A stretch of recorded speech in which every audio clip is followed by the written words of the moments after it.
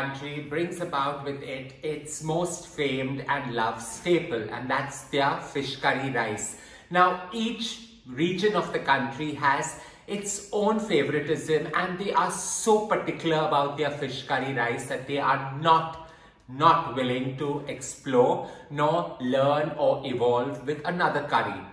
Same goes for this family. They are very particular about their fish curry rice. However, in today's cooking, I'm going to get to creating a gorgeous mustard and turmeric infused Sri Lankan fish curry, pairing it with a new age broccoli rice, and I'm waiting for the verdict to get in. While discussing the dish with them, most of them were skeptical on the influence. However, let's get to creating it. The beauty about this Sri Lankan mustardy fish curry and the broccoli rice is that it just requires 20 minutes of prep time and 20 minutes of cooking it end to end. Broccoli rice, though very millennial in nature, all you can do is take about a kg of broccoli, either grated old school or put it into a food processor and blitz it to the finest granules possible. While we get to creating the broccoli rice and the Sri Lankan fish curry together, it's fun, it's entertaining, and I'm positively sure the family will like it. To start off, for the broccoli rice, I'm going total new school, wherein I'm using some olive oil.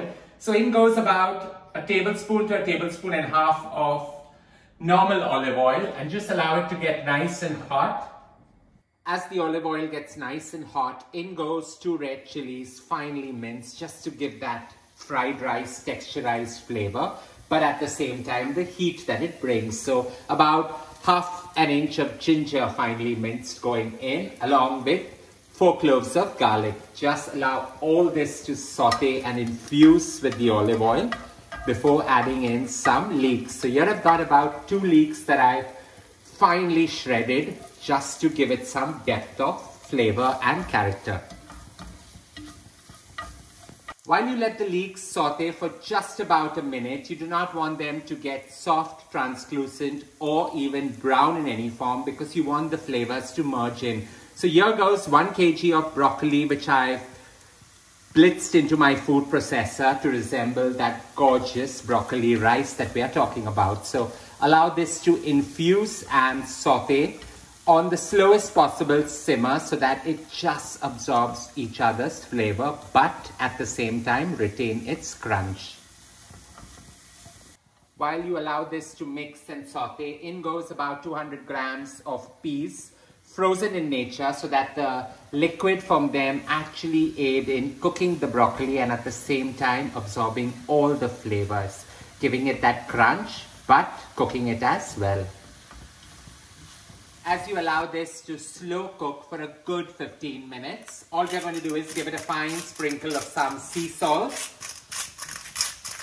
so that it just absorbs all the flavor, along with some freshly milled black pepper to give it that glorious Sri Lankan heat.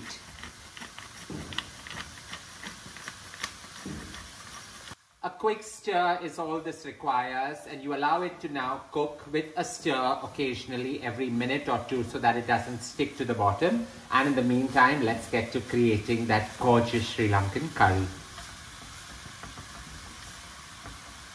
The sharp green color that the broccoli brings to the table is a perfect contrast to the turmeric-y yellow and mustardy goodness that the fish curry brings. So while this is slow cooking, we are going to get to creating this Sri Lankan fish curry, and no Sri Lankan food is ever complete without some good old-fashioned coconut oil.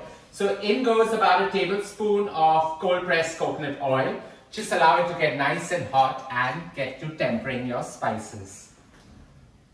As it gets to its near smoking point, in goes a teaspoon of mustard seeds along with a teaspoon of fenugreek seeds, 2 5-centimeter sticks of cinnamon, along with about 2 sprigs of these glorious leaves. That's the curry leaves.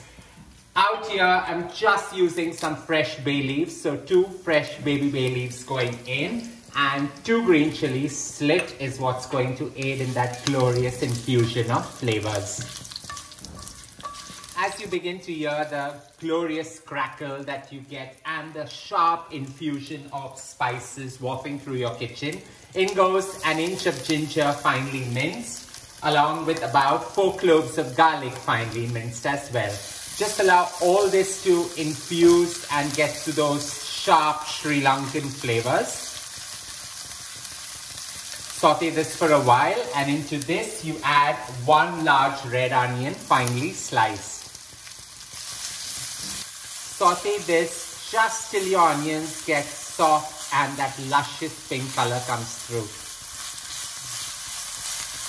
Steaming this curry is with a good old-fashioned turmeric. So what I've done out here is I've soaked some turmeric quills in warm water and ground it to the finest possible paste. However, fresh turmeric works well here as well. Allow this to stain this entire emulsion, and a teaspoon of that is really required. Quite sharp in its textures, but perfect for this curry.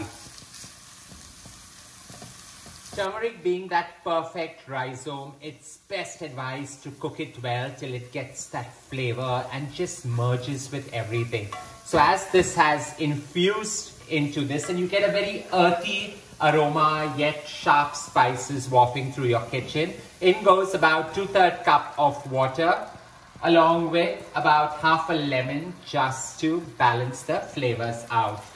Allow all this to infuse and cook with each other now.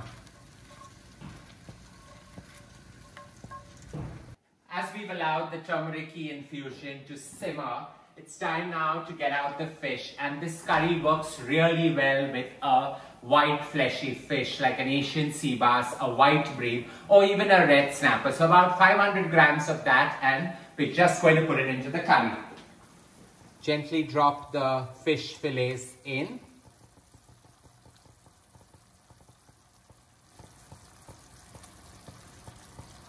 And it's all about slow poaching them so that the flavors get more sharp and pronounced.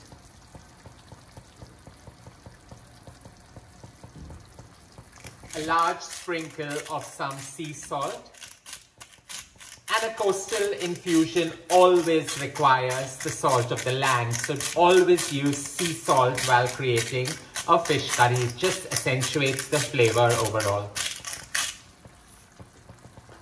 2 minutes on one side. It's time now just to flip the fish gently over so that it cooks well on the other side.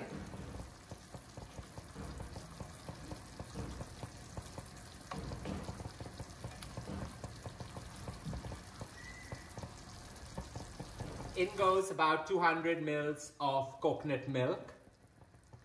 5 minutes into allowing the fish to cook, and we just allow everything to come together for another 5 minutes. While it gets that beautiful turmeric-y yellow color, this curry is bursting with flavor and perfect for our broccoli rice, which is just about ready on the other side as well.